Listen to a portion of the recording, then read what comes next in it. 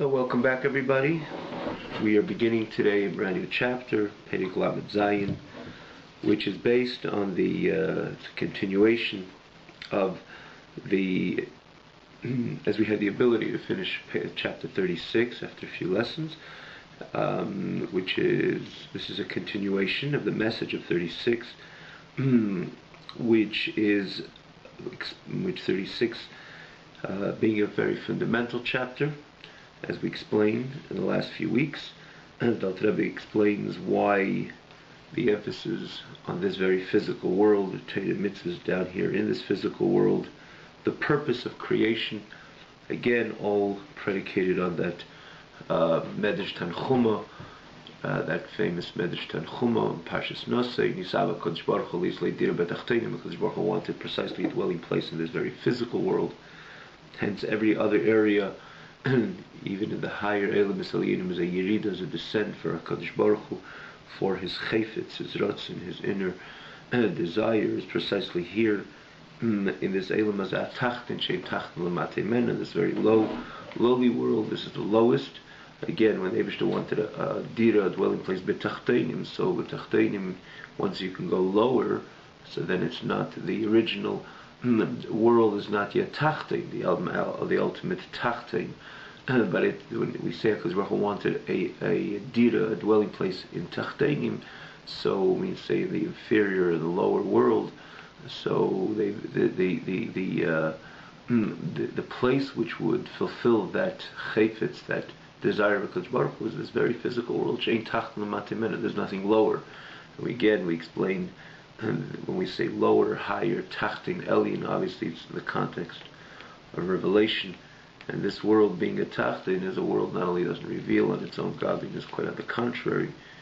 It is a world which does anything else but reveal its own reality, for that matter. There is only Hashem Echad, but it conceals, it obscures it eclipses the Hashem Echad.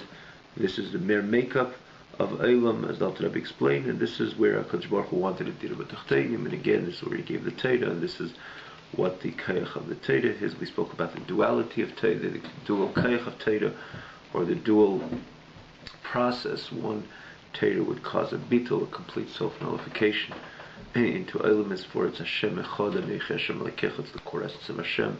Conversely, HaKadosh Baruch Hu, within Torah itself, there's the Tal Torah, the do of Torah, which allows existence to continue to exist. And more so, we pointed out that Mashiach will come, the existence will not contradict it, and Hashem Lekecha need not to expire, for it will be a perfect vessel, perfect keli, to the Anechi Hashem Lekecha, to the grand revelation. Again, we're saying a few of the tidbits of the previous chapter, which we could always find, and as this Perek Lamed Zayin, the 37th chapter, is a continuation to that message, so we feel it appropriate to just point out a few points. But again, in elaboration and in detail, one could always look back at the Tanya, the Tanya in the link box here, Tanya, and to put in Tanya, and or in the Tanya online website, which is again hosted by the same honorable hosts. Yet the website is there precisely for this class. You could easily access previous classes, as we mentioned time and again. And namely, one could follow with the text. It's up usually a few hours after it's up on the this website.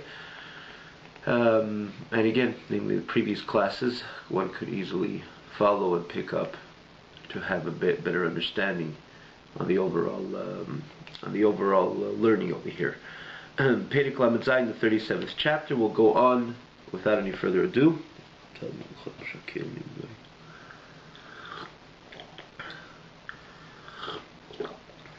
Perek Lamed Zayin.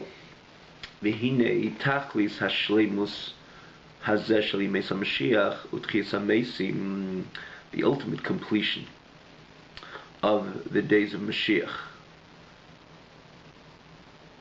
and tchias hamesim, which means the complete, this climactic state of Yimei HaMashiach and tchias hamesim, in the context of the very bigger picture, why we're here, and our overall service to HaKadosh Baruch Hu in these 3,300 years, from the time when Hashem gave the Torah, which is Gili Ein Sof Baruch Hu Beilam Hazagashmi, which again, as we mentioned in the previous chapter, is expressed by the maximum revelation, by the revelation of the infinite light of HaKadosh Baruch Hu in this very physical world, which this was the purpose. The purpose was Nis'ava HaKadosh Baruch Hu, like we say, Leizdira B'Tachteinim, that HaKadosh Baruch Hu wanted a dwelling place in this physical world, that He Himself, the way He is for Himself, by Himself, should be completely exposed in this very physical world. It means the revelation of the infinite light of HaKadosh Baruch Hu, and that's why I say the Eibishter for Himself, by Himself, before He becomes before He sets Himself in the tone of being a creator, which is again a concealment, a confinement on the Ein Sof, when becomes a Beire, and he gets involved in Eilamis. Eilamis, the highest level of Eilamis, did not reflect the Ein Sof, because it's an Eilam. Eilam is already a creation, a description. Eilam Elashon Hela V'Hester, it conceals, it covers up of the Ein Sof, despite the world being a world which reveals the godly reality, like Gan Eden, but still it's an Eilam. Gan Eden, these descriptions, these are the Hashem is beyond description. When we say HaKadosh Baruch Hu wanted a Dira Lois Baruch, meaning the essence of HaKadosh Baruch Hu, the way He's transcendent of being a creator, transcendent of creating Eilamis, or transcendent certainly of the Eilamis itself, may be the highest level of any Eilam, any world, even a world which is there to reveal Elokus godliness. But as we know, for example, we mentioned this a few times. For example, even Gan Eden, what does it say? The Talmud tells us, Neshamis Yeshmi V'Neni Miziv HaShechina. It's only the Ziv, it's only the ray of the Shechina. It's not the core essence of the Shechina, because the core essence of the Shechina is beyond Eilam. And this is when we say Gili Ein Sof Baruch Hu, meaning to say it's the Eibishter Hashem, the way He's for Himself, by Himself, transcendent of being a creator, of descending into being involved, Kaviyachol, so to say. We always say Kaviyachol, because even if it's just involved, He always remains transcendent. But the level of HaKadosh Baruch Hu creates, it's not the core essence of HaKadosh Baruch Hu, hence it's not the Ein Sof Baruch. It's not the revelation of the Ein Sof, of the infinite light of HaKadosh Baruch Hu. It's the way the Eibishter conceals Himself in order to create.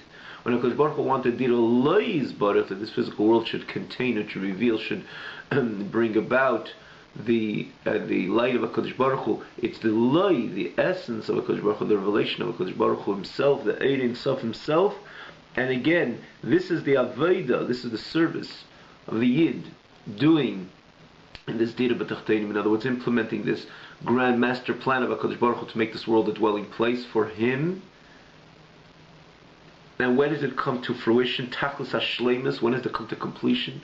When does it come to fruition? As we said in the previous chapter, by Yemesam Sheikh Tchis HaMesam, which is again then is going to be the revelation of this which we invested for 3,300 years, which means every mitzvah Yid does, as he's going to say, this is not something which comes like Jack out of the box suddenly at a certain point. There's the Gilui and Sof Baruch Hu, the revelation of the infinite light of HaKadosh Baruch Hu. This is what we toiled throughout the 3,300 years. Again, we're going to go on explaining, but namely, as everything is ultimately, every mitzvah, every Torah, what a person learns, it's about revealing it's about bringing about the Ein Sof Baruch Hu to this world to fulfill the master plan of Nisav HaKadosh Baruch Hu. HaKadosh Baruch Hu had a covet, He desired to have a dira, a dwelling place in this very physical world. Means to say, He wanted to be revealed, exposed, as He is for Himself, by Himself, the highest levels, the core essence of HaKadosh Baruch Hu. The Nenechi Hashem Elikecha should be connected and connected to and revealed within this physical world. But when does it come to Gilui? In other words, it's when does it come to full state of fruition, of completion? By Yemesam Mashiach at Tchis HaMesam, we learned in the previous chapter, which is days of Mashiach and the days of the resurrection of the dead, which then Gilui and Sof Baruch Hu, you can have the revelation of the infinite light of HaKadosh Baruch Hu Beilam Hazeh Gashmi, this very physical world. So we know that this is the message. This is the message. And what is the message over here? That it's not something which comes, like we just said, out of the box, out of nowhere. That suddenly HaKadosh Baruch Hu decides, push a button now, it's the Gilui and Sof, the revelation of His infinite light. But no, this is a process which began from the very beginning, perhaps even of creation, namely Avraham, Yitzchak, Yaakov, and more so by Matan Torah, when again HaKadosh Baruch Hu began this exposure of Adei Anechi Hashem Lekecha Adei Anechi, and through these 300 years, all the mitzvahs which he did, and we continue to do it, learning that Torah, the learning Torah which Yidden can learn and continue to learn. As we mentioned, every mitzvah is the Anechi Hashem Lekecha, every Yidden Torah is the Anechi Hashem Lekecha. The only thing is, throughout the time of Galus, it was concealed. It was like someone is accumulating, for example, golden coins. So these golden coins are put in a chest, are remain in a chest, and he accumulates and he accumulates and he accumulates, and he puts this in it, and it's kind of in this locked up box. But the fact that he doesn't see it, and perhaps it's a savings account, he doesn't see it and he cannot benefit, doesn't mean, as of yet, does it mean that it's not there for him or her? It's there, because this is the same golden coin that you'll eventually benefit from. It's not like a different mitzias later comes out golden coins. Until now, it's just a piece of wood. It's the box. In the box, there's golden coins, and jewelry, and diamonds, whatever you accumulate. It's just you cannot benefit it. You cannot use it to a certain point. But later, when you could use it, it's not just suddenly golden coins came out of nowhere. This is what you accumulated over the years. Because as we said, every inyan in Torah is a Anechi Hashem Lekecha. Every mitzvah is a Anechi Hashem Lekecha. And that's what basically he's saying.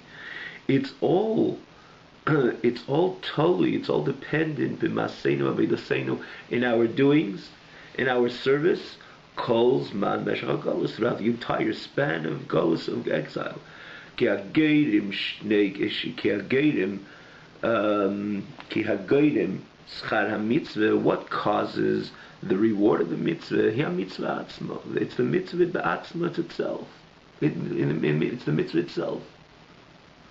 Because when one does a mitzvah, mamshech ha'adam gilir so baruch hu lamata, the person draws the revelation of the infinite light of HaKadosh Baruch Hu milmaila, from above lamata, down here below in this world, lishlapish begashmi selam hada, to invest in this very physical order, bedavar, in something shoytchilas talis tachs mimshelas klipas nega, something which was under the dominance of klipas nega, mikal b'chayus mimeno, and receives its chayus, its energy from klipas nega, as we're going to again. We explained this so many times, but in this context, just in a moment, we're going to explain shehein kol dvar magashmi mutorim shenas mitzvah ma'isi, which this is all the items which are tehirim, which means are pure, that you can't do a mitzvah with them. Umutar, they're permissible, which again the mitzvah ma'isi is done with them, is implemented, is actualized, is realized through these items. Again, this is where the mitzvah maisis, which HaKadosh Baruch Hu tells us that this is a mitzvah which you ought to perform, is done with a very physical item which was till this moment where the mitzvah was performed with it. It's receiving its energy from klipas nega. As an example, again, klafat tefillin, the parchment of tefillin, mezuzah, the parchment of mezuzah, sefer Torah, the parchment of a sefer Torah. What was muksha, what was conducive for the godly work, literally translated as this which is pure and permissible in your mouth. This is again the lashon of the Talmud, that this which is permissible you can go ahead and do the mitzvah with. So in essence, just to not to put too much time in explaining this very phrase, because again, we had this quite a few times, that mitzvahs are done with the physical, via the physical. So what is transpiring over here? You take something, for example, parchment, which you're going to write a sefer Torah, or you're going to write a pair of tefillin, or you're going to write a mezuzah on this parchment, as an example. The parchment itself, up to the moment that you use it for a mitzvah, where is it receiving its chayas? Where is it receiving its energy? It's receiving its energy from klipas nega. Now, if you could look back, and it's always, again, I encourage those who want to have that a little bit more in detail clarity on these terms, klipas nega and shalosh klipas atmeis, they could turn back to the earlier chapters, towards the very beginning, which is chapter 6, chapter 7, and 8 as an example. In other places, but namely those chapters, which the Alter Rebbe is basically saying that there, and explains that mitzvahs are, we know mitzvahs are done with the physical, that the significant majority of mitzvahs are not the one who removes himself from the physical world. Quite on the contrary, it takes the physical world and it transforms the physical world and makes it a holy place. He elevates the physical to the divine. What does that mean? Because till now, and even there's borders. There are borders, meaning to say there's certain items that the Kodesh Baruch Hu says don't go there. Don't try to elevate it, because not only you won't elevate it, it'll bring you down, together with your Torah, together with your mitzvahs. And this is what we explain the two levels of Klippas Nega and Shalosh Klippas Atmeis. Klippas Nega is that mutual klippa, that neutral klippa. It means to say, take for example, a apple. An apple, it's a kosher apple, you could make a bracha on the apple, you could elevate the apple via making a bracha, via eating it, l'shem shamayim, for a godly purpose and a godly sake, and you follow through with the godly purpose and its godly sake. For example, I want to learn Torah and I'm hungry, so and it's difficult for me to understand, to focus, to perceive the content of my learning, so I need something, so I'm going to eat an apple, which is going to soothe my hunger, and I'll be able to focus, and I'll be able to learn, and I'll be able to appreciate this which I'm learning, and hence fulfill the mitzvah of Talmud Torah. So what's happening is not only the learning is it becomes the mitzvah, but even the apple at that moment is elevated from the state of Klippas Nega, which again, Klippas Nega is a term of neutral klippa. Neutral means to say that it's a kind of mediocre, it's just a klippa, till this moment that I made the bracha on the apple and I ate it l'shem shamayim for a godly sake. The apple was receiving energy from somewhere. You can't say the apple is a holy object. It's not a holy object. It's not like a pair of tefillin. With pair of tefillin became a davar kodesh, a chefza shel kedusha, became a item of kedusha. That's why tefillin falls on the floor. There's halachas you have to fast, especially a sefer Torah. It's just a piece of parchment, but it's not a piece of parchment anymore. Now it became a chefza, meaning to say became a divine item. And the tefillin itself is kaddish. An apple, you can't say so. So where is it receiving its energy from? And we know nothing can exist without a force of energy which is mahava, machayim, mekayim at the moment, which is giving you life and existence at the very moment. And so where is it receiving its energy from?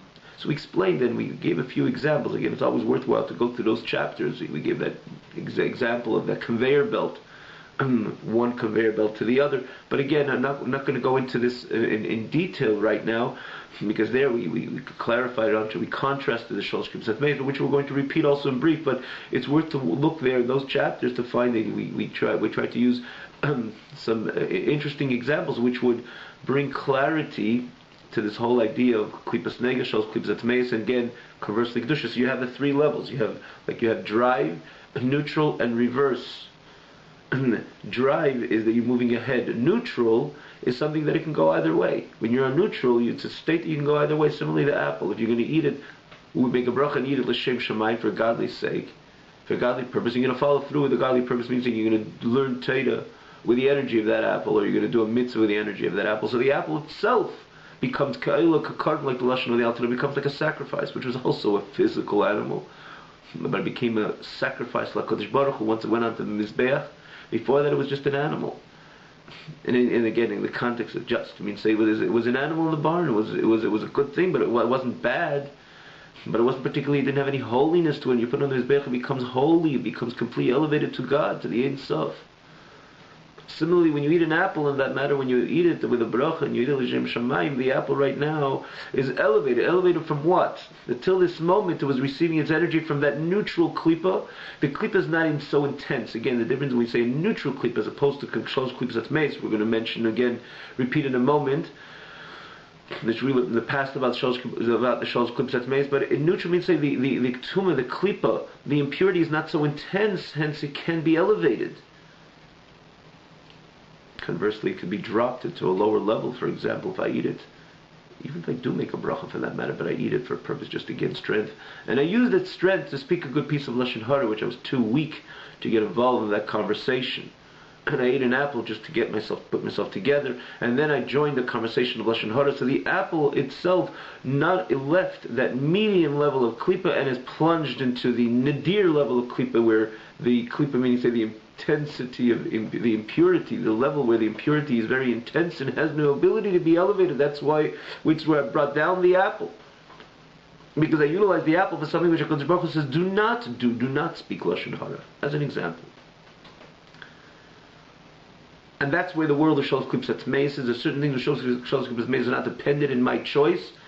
Things which are intrinsically impure, for example, a non-kosher piece of meat. I'm very hungry and I want to learn a piece of Gemara, and I'm going to eat something which is not kosher, not adequately kosher. Well, let's speak about the extremes. Something's not kosher piece of meat. Let's say, gives me chayis, you make a big bracha, the kavanah, with the intention, l'shem shamayim, baruch, to'ah Hashem. And I'm going to consume it, and I'm going to gain physical strength, and I'm going to learn the Gemara. You're brought down into the abyss of impurity. You and your Teda and your Gemara. Everything is brought down to a place of an area where Hashem says, do not go, do not enter. I told you in the Teda, don't enter that territory, do not enter that domain, don't be a chacham. And try to take something which I say is intrinsically impure, has no elevation, has no aliyah. Again, there's a notion of tshuva and loss of love, but in regular Avodas Hashem, it has no aliyah. There's no way to elevate it. I said in the Teda, do not eat it, do not engage with that. That's Shalosh Klipos Hatmeis. There's the intensity of the impurity, or the impurity is intrinsic with this item itself, and therefore it has no way to be elevated. But this as well, when you're dealing, even dealing with something, which again, that's the difference between Shalosh Klipos Hatmeis or klipa sneiga. And that's what he says. What is permissible to do a mitzvah is only something which is pure and permissible in your mouth, meaning to say something which Teda says that it comes from klipa sneiga, not chas v'shalom from Shalosh Klipos Hatmeis. There's no way to elevate it, because I said do not, and I say do not. There's no way that it can be elevated. So, and just to point out again, we're dealing with Klipos Nega, the fact that it's neutral doesn't have that intensity of the impurity in this, for example, apple as we gave, but yet it could still go both ways. It's still neutral ground that I could eat it with a bracha and l'shem shamayim for a godly sake and follow through with the godly sake. So it becomes like a carbon. It comes completely to the other extreme, which is again kedusha, holiness, divinity, sanctity of HaKadosh Baruch Hu. It's consumed. It becomes part of the kedusha shel HaKadosh Baruch Hu, the divinity, the sanctity of HaKadosh Baruch Hu. Conversely, if I eat it not l'shem shamayim, as we gave the example, Lashon Hara, it gives me the strength, and I follow through with Lashon Hara. I brought it down. I even exchange where it's receiving it. The apple's receiving its energy not from Klipos Nega, that neutral state, but from Shalosh Klipos Hatmeis, the lower level of Klipa, which has no aliyah, has no way to be elevated. And that's what I deliberately did. Took something which could have been elevated and I brought it down. But again, these are the arichas shabazeh, the elaboration of this is more, again, explained than in those original chapters, but basically here he's getting at, he says, this is what's transpiring, again, when we're doing every single mitzvah, that I'm taking something which was neutral until this very moment was receiving its chayis, not from Kedusha, not from Shalosh Klipos Hatmeis. It's still Klipos Nega, where the tumah is not intense, hence it can be elevated, but still it was receiving its energy not from a place of Kedusha. And I took it and I did a mitzvah with it. As he gives the example of klaf, a parchment of tefillin, or mezuzah, sefer Torah, that till this moment it was a piece of parchment. It was nothing holy. There's nothing holy about a piece of parchment. It comes from the skin of the animal. Nothing holy about it. Quite on the contrary, it's receiving klipa from Klipos Nega. Even that neutral level of klipa, it's still klipa. Still a sense of a force of impurity. That's what it's receiving its life and existence. That's why it's existing. That's why it's here. So it's constantly receiving till the moment I'm doing it, till the moment I take it. In order to do a mitzvah with it, it's receiving its energy from Klipos Nega. Then I take it and I do a mitzvah with it, so I'm elevating this Eilam, this part of the Eilam, this part of the world, which again in this example, and it crosses the entire Torah, mitzvahs, trumas, maisis, everything. But he gives an example, the parchment which comes from the skin of the animal, which is a part and parcel of an Eilam Hazeh. This is a classic case of Eilam Hazeh. It's an animal, it's the skin of an animal, It becomes a piece of parchment, but I take it and I write a sefer Torah with it. So I'm elevating it, that it ceases to exist. It ceases to receive its energy from Klipas Nega. Right now, it's connected to the Anechi Hashem Lekecha. It's connected to the Ein Sof, to the infinite light of HaKadosh Baruch Hu. Hence, I fulfilled this nisave. I fulfilled this taiva, this desire of HaKadosh Baruch Hu to have a dira. Lo Yizbarach, a dwelling place in this very physical world. I fulfilled this taiva of HaKadosh Baruch Hu, meaning I connected the Ein Sof with Eilam Hazat Tachtein. In this physical world, the klaf, the parchment is physical. It's not part of Gan Eden. HaKadosh Baruch Hu wanted a dira b'tachteinim in this very lowly physical world, not a spiritual world. So when I take the klaf and I take the parchment and I write it, Sefer Torah, it becomes a mezuzah now. HaKadosh Baruch Hu, the Ein Sof, because the mitzvah is uchsavta mezuzah beisecho v'sharecho, right on your doorposts. And the doorposts of your home and your gates, meaning to say, which again, this is the mitzvah mezuzah. It's a mitzvah. This is where HaKadosh Baruch Hu himself, his core essence, is speaking. Hence, the core essence of the mitzvah mezuzah is the energy of the Anechi Hashem Alekecha, the core essence of HaKadosh Baruch Hu, and that is connecting with this physical parchment. So if I had a mezuzah 3,000 years ago, if a yid had a mezuzah 3,000 years ago on his door, it wasn't yet the revelation of the Ein Sof, it wasn't yet the fulfillment or the connection of the Ein Sof, the infinite light of HaKadosh Baruch Hu, with this physical world. Yes, it was. Equally as done today, equally as it will be with Mesa Mashiach. Because like we said, it's the accumulation of these gold coins. Every gold coin remains a gold coin, despite I cannot have any use of it yet. It's going into this chest, it's going into this box. But it's the same gold coin. And in other words, when I do this mitzvah, it all happened. Everything clicked at the time that I did the mitzvah. Yet when Mashiach will come, it'll be the revelation, it'll be the fruition, coming to fruition, and everything which we have done in the last 3,300 years. So it's not just like it's a kind of decision of HaKadosh Baruch Hu. Everything is a decision of HaKadosh Baruch Hu when this revelation will happen, but it's just not something that just comes out of nowhere. This was dependent, the revelation of the infinite light of HaKadosh Baruch Hu was dependent on all the Avodah throughout the 3,300 years from Matan Torah. That we take something which is till now associated with Klipas Nega, with this neutral Klipa, and we elevate it, and we make do a mitzvah, but again, the mitzvah has to be done precisely in something which is a davar mutar, not chas v'sholom, a davar asur. Like he says over here, for example, esrig, she'eni arla, esrig is a mitzvah. It's interesting, I'm looking forward for Sukkot now.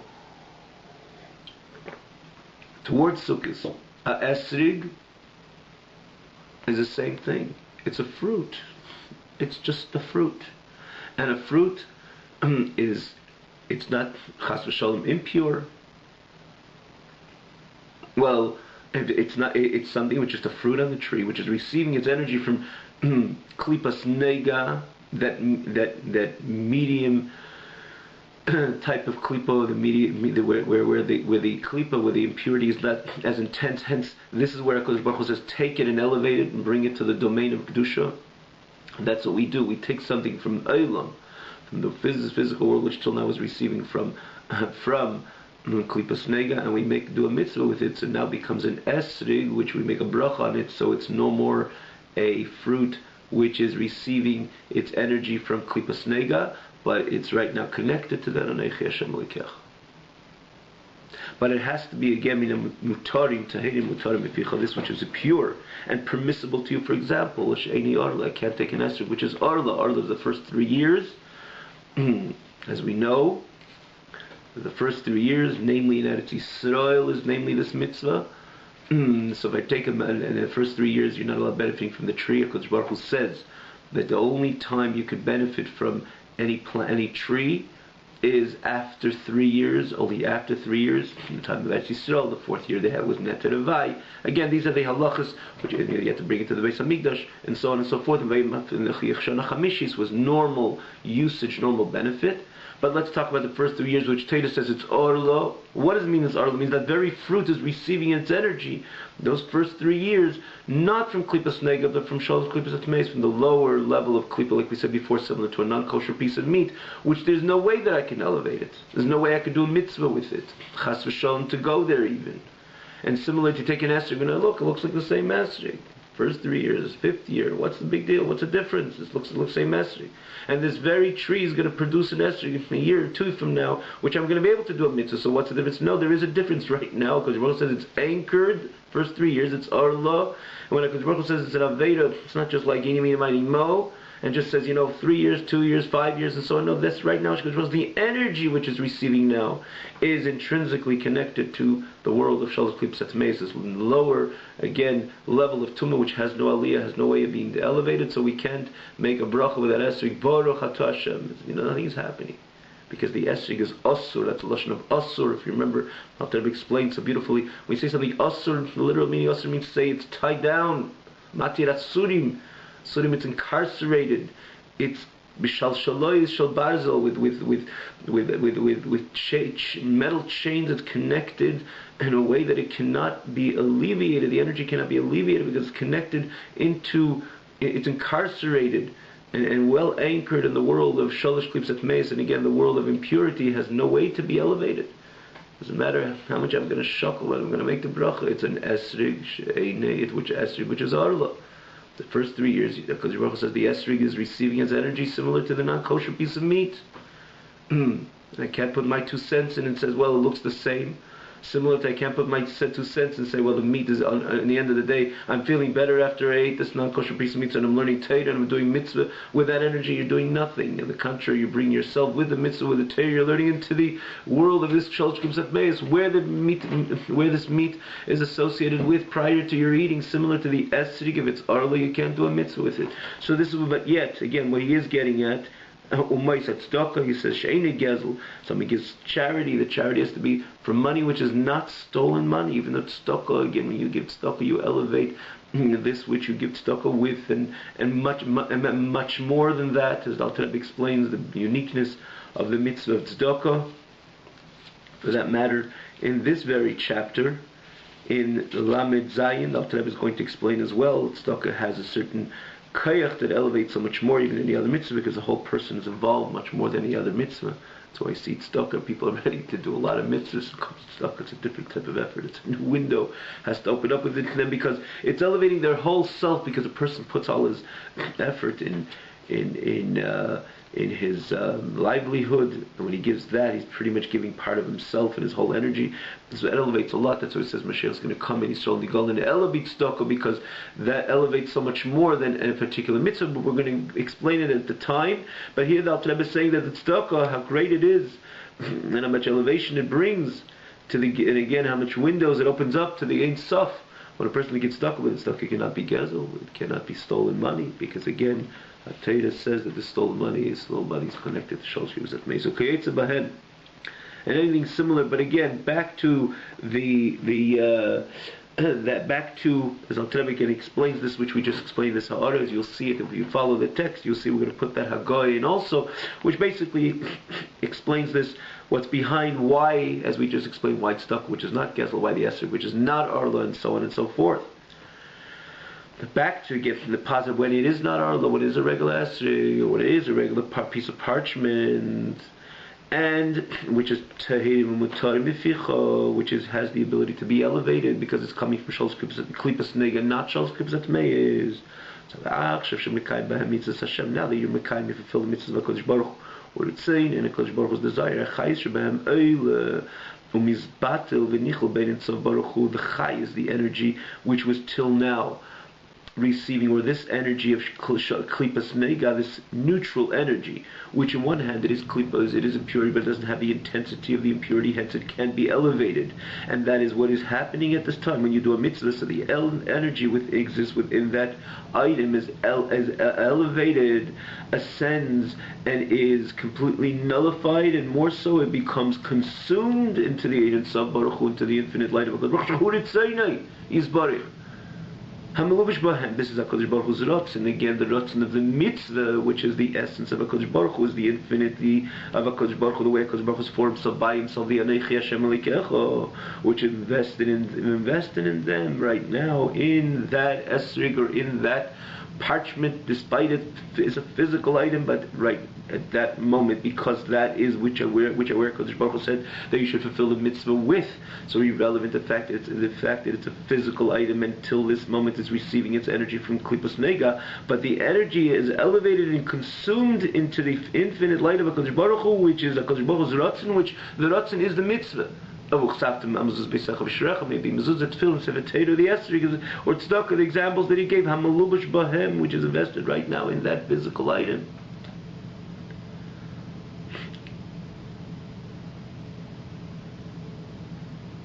Because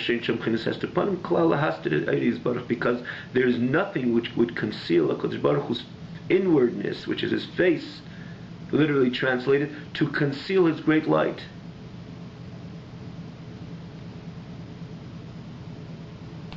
Blessed be He. The light of HaKadosh Baruch Hu, blessed be He.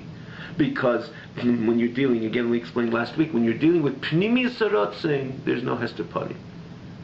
In Chitzenius HaRatzon there could be a Hester Parim, which means in the external dimension of HaKadosh Baruch Hu there, because it is external, so it's shaykh there that it could be a Hester Parim, again a concealment over this light, or this extension, or this expression of HaKadosh Baruch Hu, as opposed to, again, we explained this difference, why the Chitzenius is over the Pnimius, but again, without elaborating on this again, but in the Pnimius, in the inwardness of HaKadosh Baruch Hu, there's no Hester Parim, there's no Shaykh B'chlal, the notion of concealment over the Pnimius of HaKadosh Baruch Hu, and the Pnimius of HaKadosh Baruch Hu is that Ratzon, is that mitzvah. That is the Anechi. Anechi meaning the core essence of HaKadosh Baruch Hu, and there is no hell of a hest, there's no concealment over that, and that is investing in that mitzvah, in that physical parchment, in the tzedakah, in the esrog. Because the chayis of the esrog is right now consumed into the Ein Sof, because the Ein Sof is the mitzvah, is the mitzvah mitzvah, is the commander, is the Anechi Hashem Elikecha, which is the commander of that mitzvah, and more so the mitzvah itself is an expression of the Anechi Hashem Elikecha. Which means the core of the way the Eibishter is transcendent of all, meaning so the Ein Sof Kameshahu, the infinite light of HaKadosh Baruch Hu, the way he is, which is again the Anechi Hashem Elikecha. And he goes on, he says, "V'chinkech nefesh ba'achu yichunis ba'av mishmei vari gufa adam hay mekayim mitzvah mislabish gam kim basiyazu va'oil mehaklipa v'nichol b'kedushas hamitzvah shu ritzenis baruch hu batul be'ein sof baruch hu v'mubein sof baruch hu." And what that Rebbe is saying is not only the mitzvah itself, it's also the person, the physicality of the person which is invested in the mitzvah. I'm not doing the mitzvah with kind of my spiritual, my neshama, the way it's transcendent, divested of body. I'm doing the mitzvah with my guf, the gufa adam, with my body. Where's my body receiving its energy from? It's receiving its energy also from Klippos Nega. Because my body is part of, is a davar gashmi from Elam Hazeh Gashmi, from this very physical world, which in the overall, as long as the Tatus doesn't put a stamp no on it, it's receiving its energy from Klippos Nega, from this neutral Klippos. Similar to the body of man. Before I do a mitzvah with a particular limb, the body of man is also receiving its energy from Klippos Nega.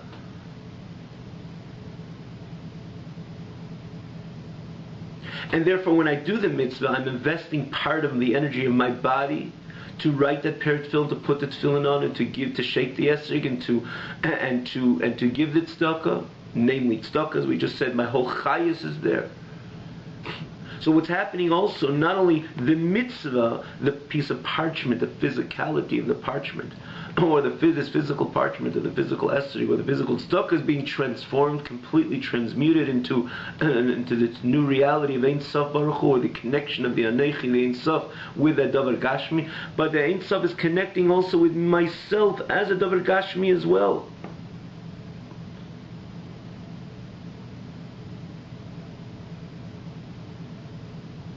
the physicality of my, the gashmis of myself as a human being, which as well is receiving till the time that I do a mitzvah, is also receiving its energy from Klipas Nega. But right now, when I'm involved in the mitzvah, it's completely transformed. And when we say the gashmis of the person, starting from the nefesh bahamis and nefesh chayunis, the animal soul, which we said this is the life force and energy, which gives the physical human being, like anything else physical, its chayis, its energy. And at the moment, the energy is geared to and is invested in doing the mitzvah, so the energy itself, which till this very second is receiving from Klipas Nega, is also being consumed into the Ein Sof, into the infinite light of HaKadosh Baruch Hu. My nefesh bahamis, hence my nefesh bahamis, my nefesh chayunis, my animal soul, this which gives me life, nefesh habasar bedamhi, this literal, this nefesh, again, not the neshama, the godly neshama. The godly neshama is always part of Elokus. It's a chelik of the kamimal. It's a part of a God. But my nefesh, the life and energy which is vitalizing my body, which is, again, this is the animal soul, as we explained, the animal soul, this is the nefesh chayunis,